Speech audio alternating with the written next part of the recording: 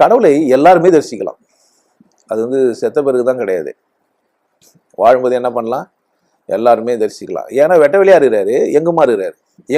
எங்குமா நிறைஞ்சிருக்கிற, எல்லாமா நிறைஞ்சிருக்கிற, நிரந்தரமா இருக்கிற, சர்வ வியாபியா இருக்கிறவரை எங்க பார்க்கலாம்? நம்ம யாரும் எத்தனைக்கல இறைவனை பார்க்கணும்னு எத்தனைக்கல. நமக்கும் இறைவனுக்கு ரொம்ப தூரமாகிட்டான்.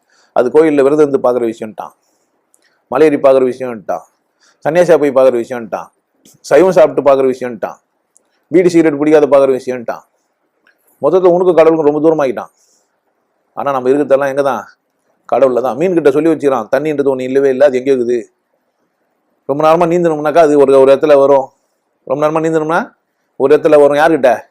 மீன் கிட்ட. சில மீனுக்கு சொல்லி வைக்குது, நீ பண்ண தண்ணினா நீ இது நினச்சி போற, இதுனா கிடையாது. தண்ணினா நம்பின மீனுங்களாம் இன்னொரு மீன்களுக்கு கதை சொல்லிச்சு. இப்போ எல்லா மீன்களும் நம்பினுக்குது, நம்ம தண்ணியில் இல்லை, தண்ணின்றது வேற எங்கேயோ இருக்குது.